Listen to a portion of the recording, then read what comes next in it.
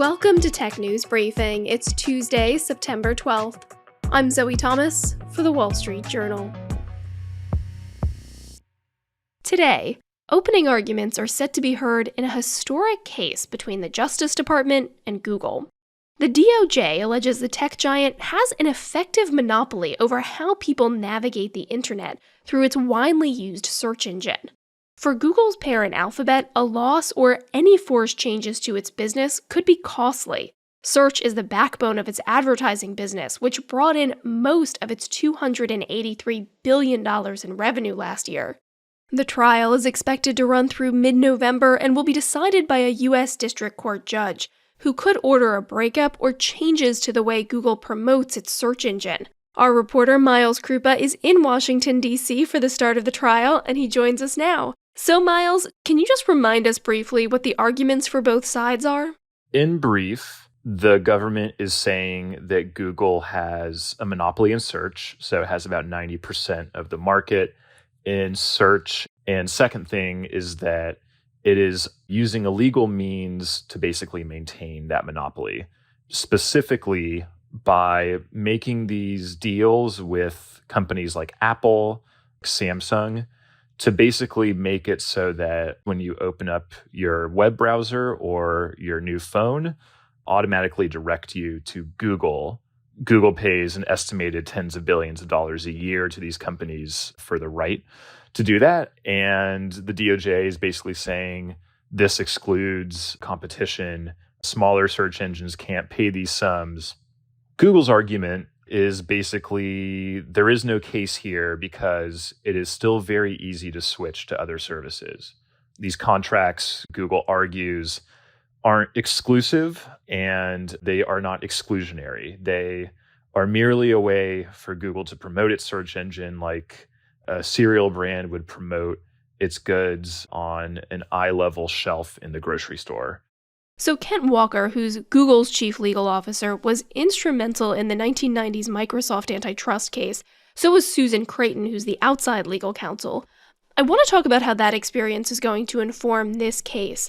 But first, can you just remind us about the Microsoft case? The Microsoft case in the 90s, it was the first really big tech giant after IBM getting sued by the government at the beginning of the internet era, being accused of basically trying to monopolize the early internet, and specifically being accused of using its dominant personal computer software to basically tie in people to this new browser it was trying to promote, Internet Explorer, and almost making it impossible to not use Internet Explorer if you had a Windows machine.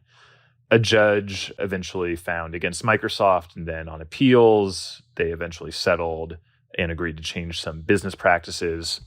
But the reason all that's important is because we now find ourselves in this Google case leaning heavily on the precedent that Microsoft set. The DOJ is saying what Google's doing now is almost no different from what Microsoft was doing in the 90s. And for Google, Kent and Susan, they've been lawyers for Google for a long time. So it's not like they're new being brought in just because of their experience in the Microsoft case.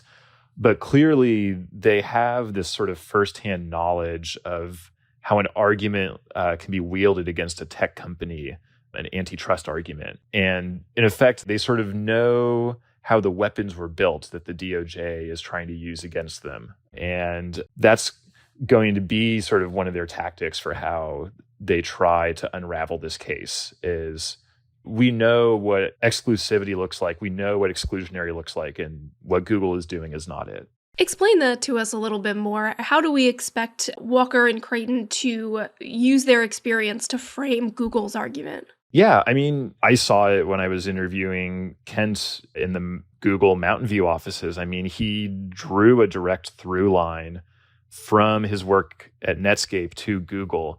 And one way they'll do this is by hearkening back to what they say is the bedrock of American antitrust law, which is consumer welfare.